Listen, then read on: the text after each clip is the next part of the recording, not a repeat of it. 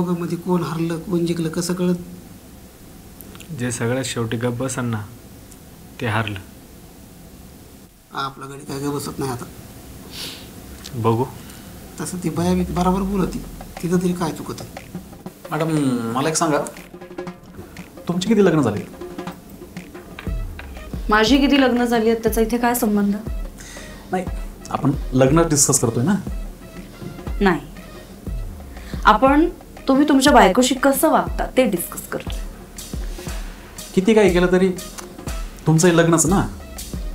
Discuss करायचे तर 2-3 लग्न डिस्कस करू. सगळे लग्न एक केसेस असतात ना. जसं मी कोणाला तरी वागवतो तसं तुम्हालाही कोणीतरी वागवतच असेल की. त्याने काय होणार आहे? नाही, आणि मुळात मी इथे स्त्रियांचे प्रॉब्लेम्स सॉल्व्ह करते.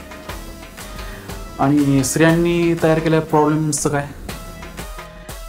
तर स्त्रियांनी जर स्त्रियांचे प्रॉब्लेम तयार केले असतील तर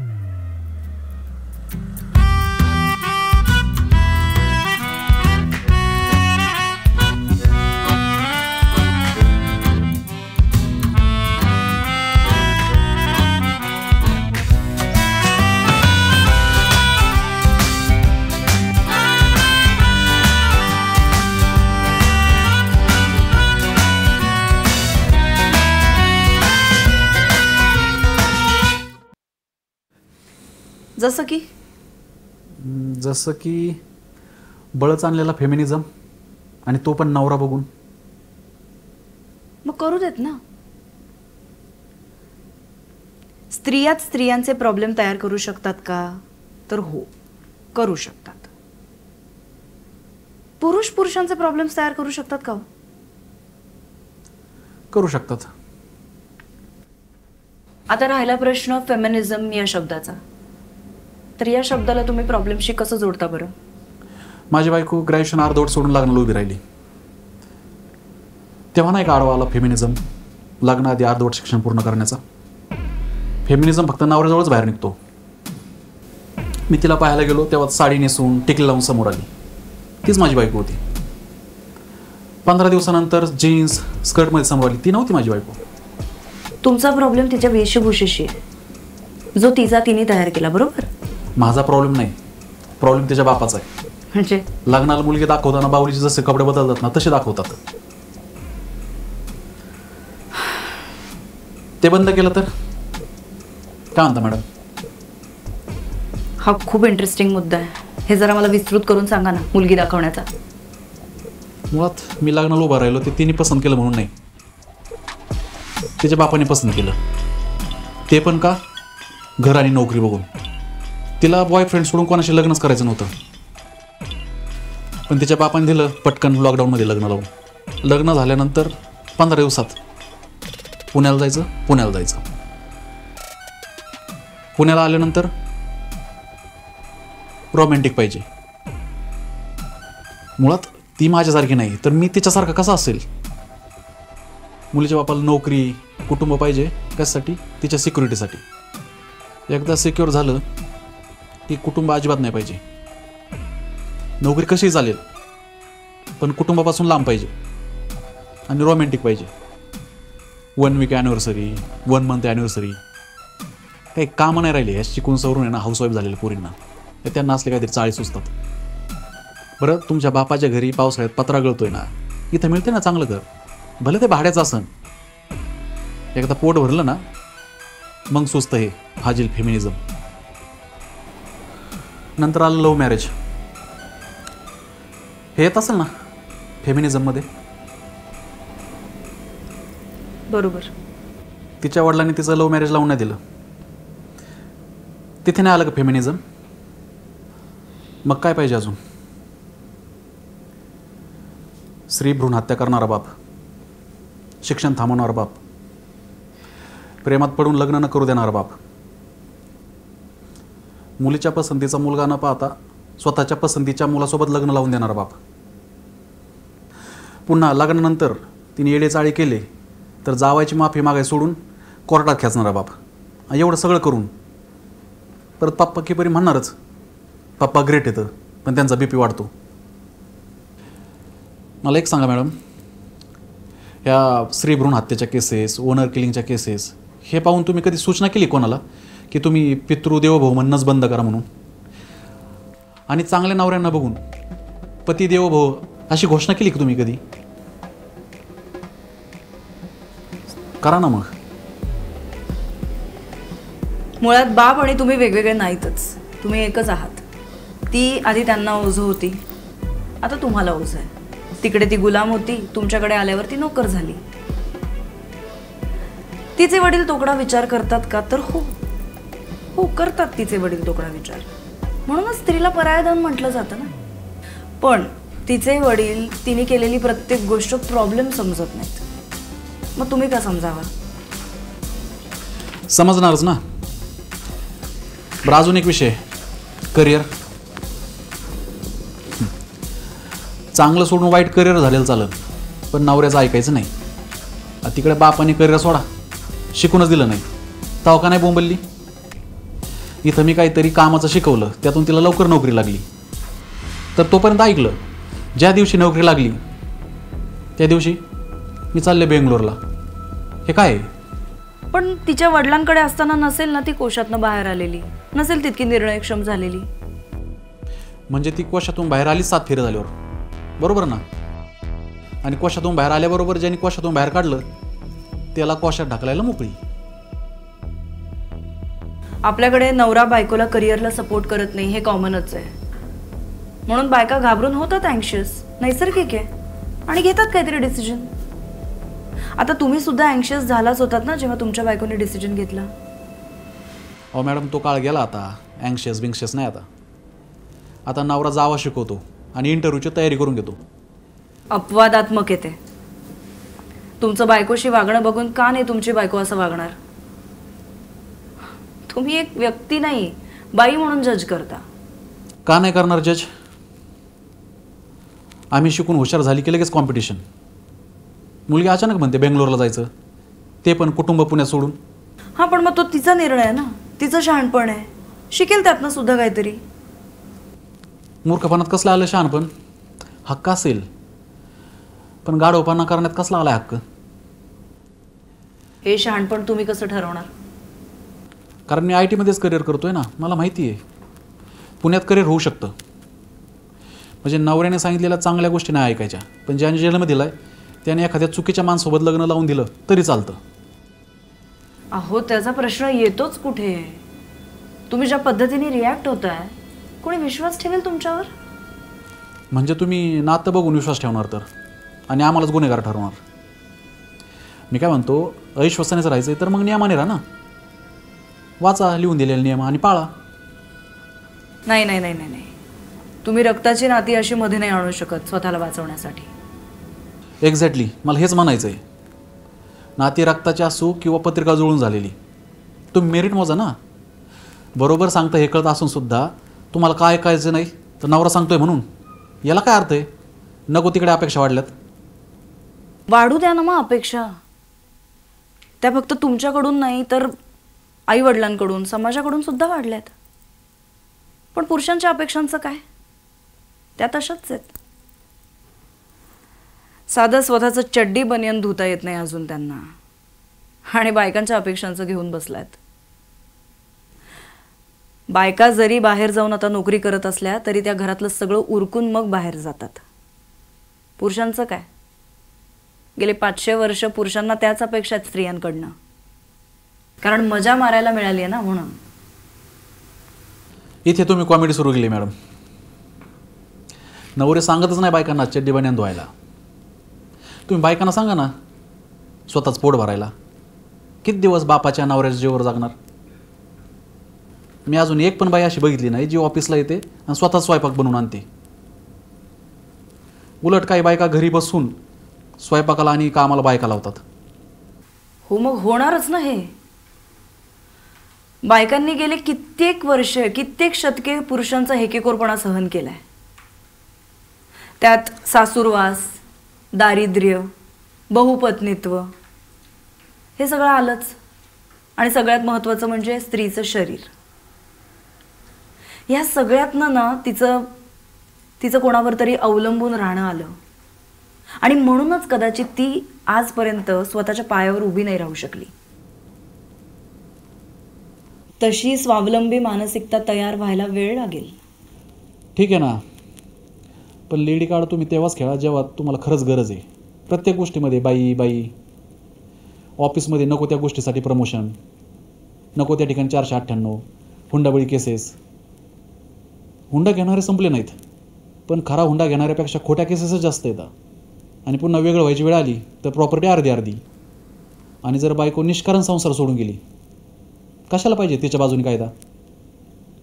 पुरुषांनी नालायकपणा केला नसेल का? तर केला असेल, मी पण केला असेल. पण इथं रोगापेक्षा इलाजच भयंकर आहे ना. एक्झॅक्टली. मग या दुःखाच्या मुळाशी कोण आहे बरं?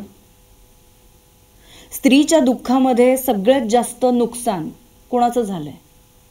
पुरुषाचंच झालंय ना. तोही तितकाच दुःखी राहिलाय. काय झालं ना, इतके वर्ष स्त्रीला समान हक्क मिळाले नाहीत.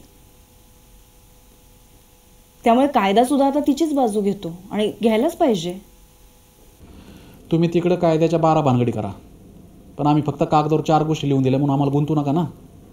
तुम्हाला कोणीही गुंतवत नाहीये, तरी पण प्रश्न हा राहतोच ना की तुम्ही बायकोला ही एक अशी नियमावली लिहून दिली आहे आणि त्याप्रमाणे वागायला सांगितलं. याचा अर्थ तुम्ही तिला नोकर म्हणून वागवताय. हेच सेम तुम्ही आई वडिलांच्या बाबतीत कराल. तुमच्या अशी एक नियमावली लिहून द्याल आणि तसं वागायला सांगाल. मला तेच म्हणायचं आहे, लिहून देण्याची वेळ केव्हा येते? जेव्हा तुम्ही बेजबाबदार असता, घराला आपलं मानत नाही, आईसोबत राहताना कंडिशन टाकत नाही किंवा वाटेल तेव्हा निघून जात नाही, परत येत नाही. माझ्या बायकोने घराच्या बाहेर जाऊन 2 दिवस बाहेर राहून परत येण्याचा पराक्रम केला आहे. काय म्हणणार तुम्ही याच्यावर? आईने काहीतरी मान्य केलं, पण बायकोला नाही येते मान्य.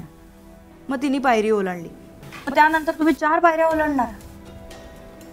हे सगळं होत असताना किंवा हे सगळं करत असताना नुकसान किती होतंय तुमचं, याचं काय मोजमाप ठेवणार आहात की नाही? जोडीदाराचे हात संसाराला मदतीला असतील तर त्याचे 4 हात होतात, कामाचे, प्रगतीचे, आनंदाचे. पण या उलट तुम्ही तिची अडवणूकच करत असाल तर तुमच्या दोघांचंही नुकसानच होणार आहे. तुम्ही सतत भांडणामध्ये बिझी राहणार. काय आहे ना, प्रगतीचे 4 हात एकमेकांना अडवण्यात गेल्याने प्रगती होत नाही.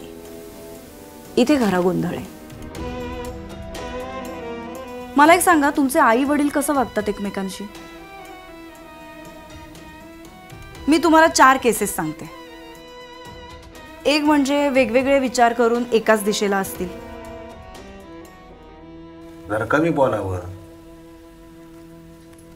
आणि काय करायच्या आधी परवानगी घ्यावी. दुसरं, एकाच प्रकारचा विचार करून वेगवेगळ्या दिशेला असतील.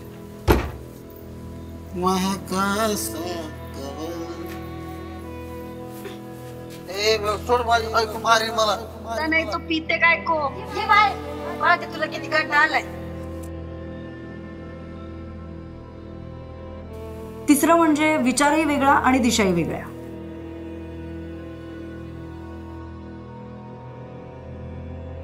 आणि शेवटची केस, दोघांपैकी एक जण फक्त विचार करतंय, दुसरं फक्त मागे धावतंय, धडपडतंय, मागे पडतंय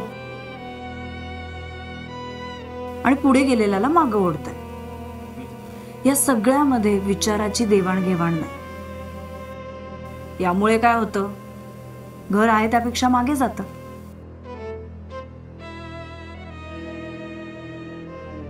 आणि हो, फरफटत नेलेली व्यक्ती काही काळ ऐकते बरं का, पण नंतर मात्र निगरगट्ट होते आणि मग पुढची पिढी वाया जाते.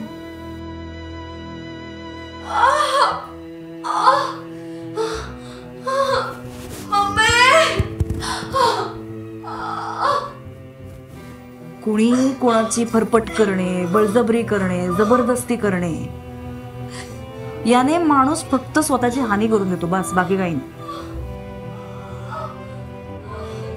तुम्ही एक शब्द मगासपासून सतत वापरताय, फेमिनिझम. खूप चुकीच्या पद्धतीने वापरला जाणारा हा शब्द.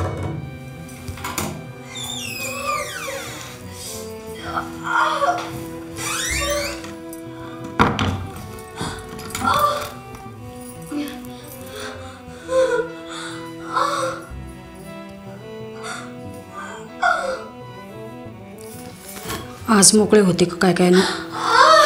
थांब ग, मी आलेच. बायका तुम्हाला वरचढ ठराव्या याला फेमिनिझम म्हणतच नाही. आणि यात फक्त स्त्रियांचाच विचार होतो असंही नाही आहे. तो एक कलेक्टिव्ह विचार तिच्या आणि एकूण समाजाच्या सुखाचा.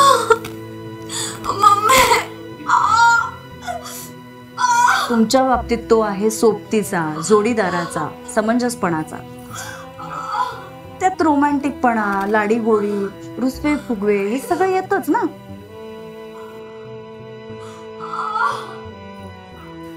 जो तुमचा स्वभाव नसेल, हे बघ, या सगळ्यात तिने अति करणं हे पण चूकच आहे. पण म्हणून तिला हे आवडतं म्हणून तिला अमानुषपणे बांधून ठेवणं हेही चूकच आहे ना. तुम्हाला कोणी गुन्हेगार ठरवणार नाही. तुम्ही कमीत कमी समोर येऊन बोललात याचाच अर्थ तुमची नैतिकता सामोरं जाण्याची तरी आहे. आता फेमिनिझमचा विषय आलाच आहे तर त्यातली एक मोठी संकल्पना किंवा मुद्दा त्यातला असा आहे की पर्सनल इज पॉलिटिकल. आता तुम्ही जे करताय ते तुमचं नसून समाजाचं म्हणणं आहे असा त्याचा अर्थ होतो.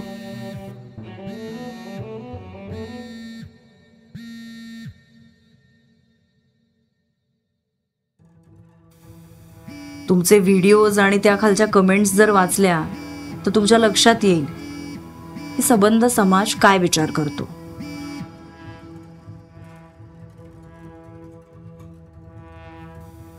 ते तसं घेतलं जातं आणि मग समाजाची मानसिकता बदलते. घरातलं अगदी पर्सनल वागणं सुद्धा समाजाचा मार्ग ठरवतं. मॅडम 1 मिनिट थांबता का? एक मिनिट कट कर.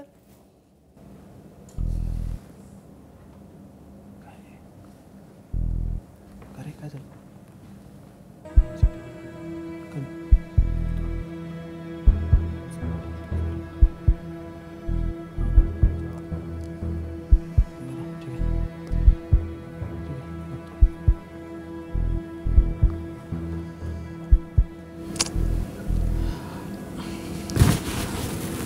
मॅडम मला जावं लागेल. का? काय झालं? ॲक्च्युली जरा मेडिकल इमर्जन्सी आहे. माझी बायको हॉस्पिटलाइज आहे. So sorry. मी जाऊ शकतो का? ऑफकोर्स. हुशार आहात तुम्ही. थँक्यू.